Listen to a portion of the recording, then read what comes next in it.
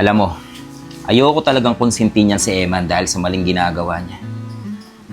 Pero naaawa naman ako sa'yo. Teka, bakit parang hinahabol mo pa yung babae, iniwan ka na naman niya? Sir, may malalim po kasing dahilan eh. Dahil mabait naman kayo, sasabihin ko na sa inyo. Hindi naman po pagbabalikan yung dahilan kung bakit po sila pupuntahan. Yung babae po na si Angel, yung girlfriend ko, meron po siyang sakit. May sakit yung babae. Talagang si Eman, hindi man lang pumili ng babaeng kakasamahin. Dapat talaga mahanap mo yung babaeng yan. Ano? Di mo alam kung anong mukhang iharap mo kay Angel? Eh di ba pare, siya naman yung nagloko. Alam mo kung ako sa'yo, puntahan mo na. Para makausap mo rin siya. At para malaman mo rin kung anong dahilan kung bakit niya iniwan. Sa bagay, tama ka. Siguro nga, dapat puntahan ko siya. Pero, kung ano mang isasagot niya sa akin, kung ayaw niya sa akin, tatanggapin ko na lang siguro. Tama ka. Pero teka, eh di ba prostitute yun? Baka mamaya pre, bumalik na yun sa dati niyang gawain. Di ka ba natatakot? Pre, wag naman sana pero baka mamaya yung mangyari sa inyong dalawa. Tapos mahawa ka pa ng sakit niya. Hay nako, alam mo naman ako, marami akong suki. Kaya kung hindi ko nasagot yung tawag mo, ibig sabihin nun, may customer ako. Angel naman, alam ko naman yun. Dinodoble ko naman yung bayad sa'yo, di ba? Kaya sana naman, ako naman yung i-priority mo. Basta. Pero sige, pag wala kang customer, pupuntahan agad kita.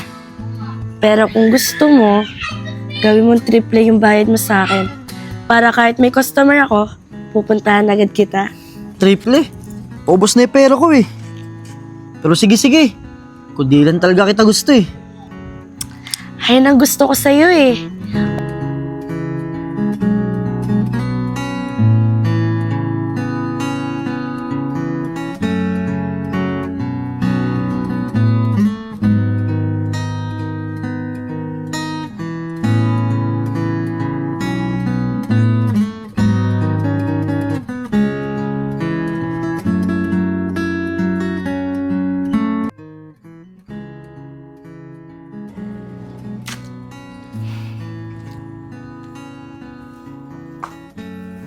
Wala pa rin si Eman.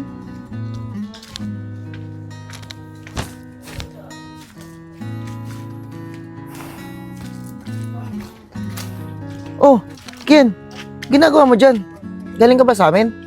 Kanina pa nga ako dyan sa taas eh. Inaantay kita. Kala ko kasi nakauwi ka ni. Saan ka ba galing? Nakauwi na ako kanina. Binili ko lang si Angel ng pandesal. Kaso wala siya doon. Kaya lumabas muna ako. Sana all binibilhan ng pandesal. Naalala mo pa talaga siya. Akala ko ba ako gusto mo? Bakit ako wala? Bakit? Buntis ka ba? Hindi ka naman buntis ah. Gusto mo buntisin na kita? La, ayoko nga. Asa ka naman. Ah, ganon. Akala ko ba mahal mo ako? Okay, sige. Si Angel na lang pipiliin ko.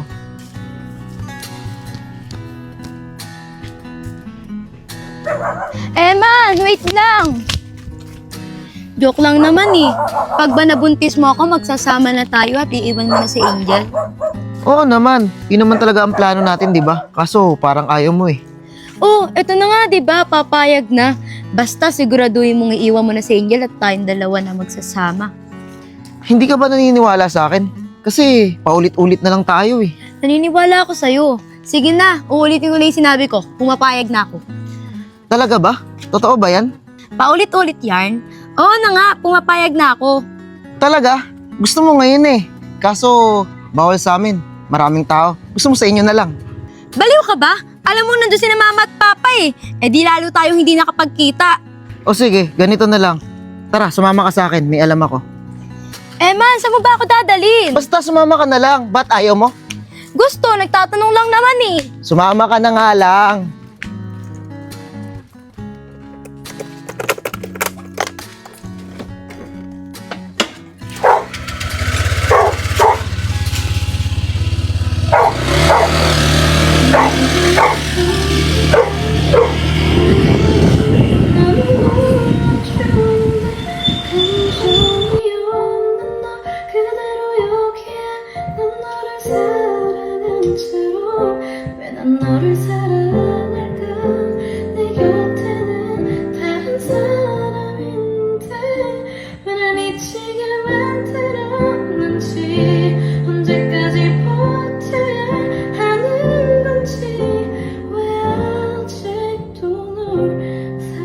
않을까 넌 너가 왜 좋을까 내 마음 너무 몰라주는데 감정이 없는 너 Ken, dito na tayo.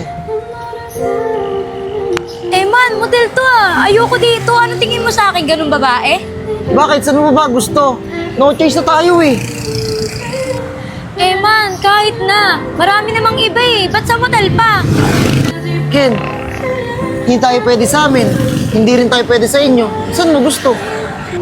Ay naku naman Eman, first time ko kasi sa ganyan eh. Oh, ano? Ayaw mo ba? Sige, umuwi na lang tayo. Huwag na natin ito ituloy. Kainis naman oh. Sige na, pasok na tayo. Papasok ka rin naman pala eh. Dahil mo pa sinasabi. 사랑한 채로 왜 난 너를 사랑할까 Kainit kasi Eman eh. Ayan na, pinagbigyan ko na yung gusto mo. Masiyahan ka ba? Oo naman. Masayang masaya. Basta tuparin mo yung pinangako mong iiwan mo na si Angel ah. Oo, sige. Ito pa rin ko yun. Na, tara na. 사랑할까 넌 너가 왜 Oh, 좋을까 kaya ka na. 내 마음 너무 몰라주는데 감정이 없는 너 그대로 여기에 난 너를 사랑한 채로 왜 난 너를 사랑할까 내 곁에는 다른 사람들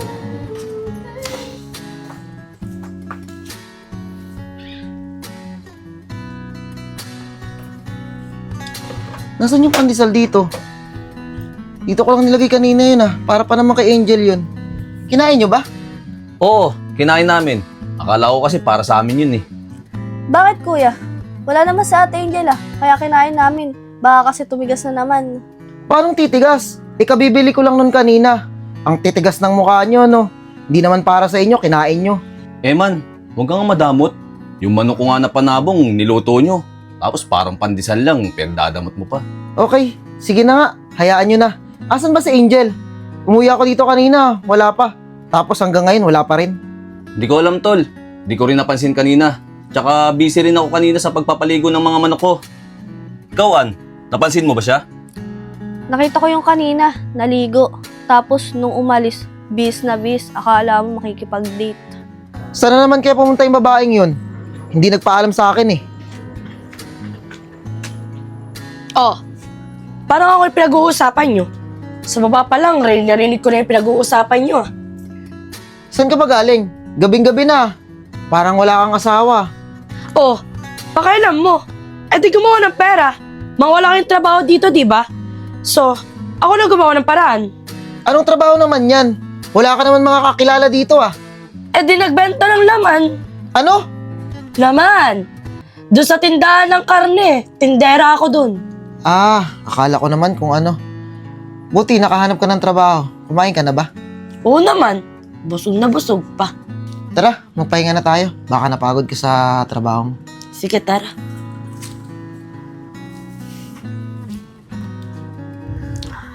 Kuya, nagbenta daw sa Ate Angel ng laman. Tanungin mo nga baka nag-uwi ng karne. Oh, may nakita ka bandala. Wala. Oh, tulog mo yan. Baka nagugutom ka lang.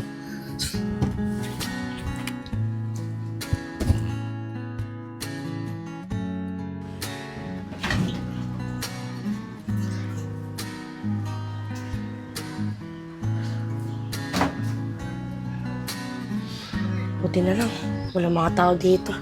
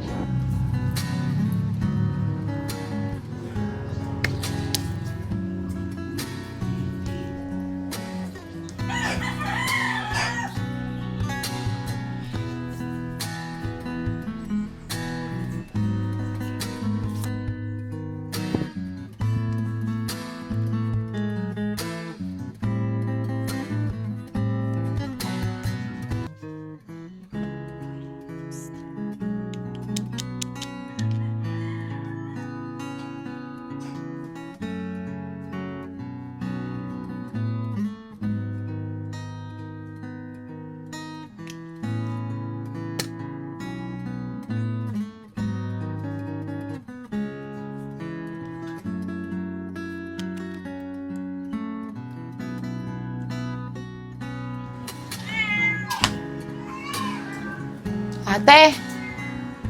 Ate! Ate Arian! Ba't kaya wala sumasagot? Ate! Ate Arian! Oh, Ate Abby! Ba't ngayon ka lang nagpunta? Ilang araw ka nang inaantay ni na ate dahil dun sa result. Ang dami kong inaasikaso eh. Kaya hindi ko mauna tong result. Ay ano balita? Nakuha mo na ba yung result? Oh, eto. Ikaw na bahala dito. Wala kasi mga tao dito eh. O sige ate, akong bahala dito. O sige, alis na ako ah. Madami pa kasi akong aasikasuhin eh. Basta pag dumating sila Ate Arian, bigay mo kaagad yan ah. Para mapagamot na sila Eman. Okay ate, makakarating agad to kina Ate Arian. O sige, alis na ako ah.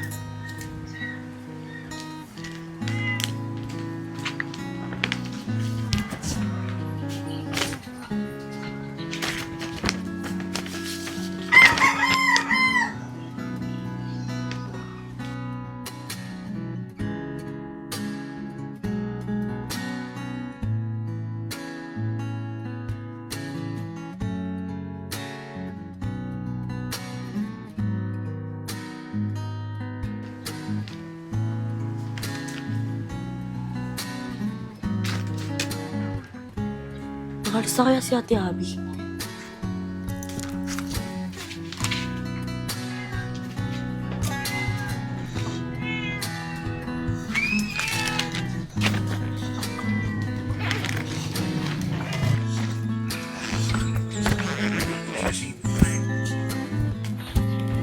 Hello guys! Lumabas na po yung clothing na sinasabi ko sa inyo noong nakaraan. So ipapakita ko sa inyo yung isa-isa sa mga design. Lahat ng kulay, pwede kayong umorder. Mag-PM lang kayo dito sa page natin. Ito yung una. Ito, color black ba to? Gray. Gray yan eh. Ito yung ano niya, ito yung harap niya. Tapos, ito naman yung likod niya. Kuya, ulit. Ayan o.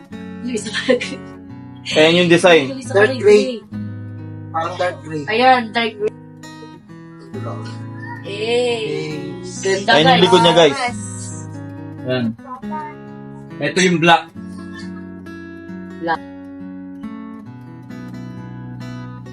Ito naman yung isang kulay guys. Ito. Ito yung harap. Tapos, ito yung likod niya. Mas maganda to. Angas, diba? Mas maganda to. Ito yung harap niya pag nakasuot. Tapos, ito yung likod.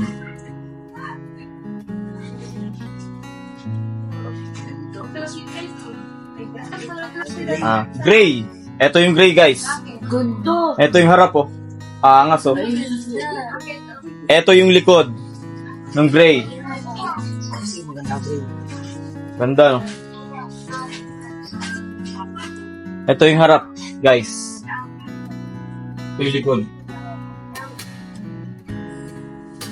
Ito parang ano. Bara. Ang sukat nga pala nito large. Pero pwede kayong magpagawa ng extra large. Tapos ito yung last color natin. So guys, pink. Ganda, di ba? Tapos ito yung likod niya. Parang baraha.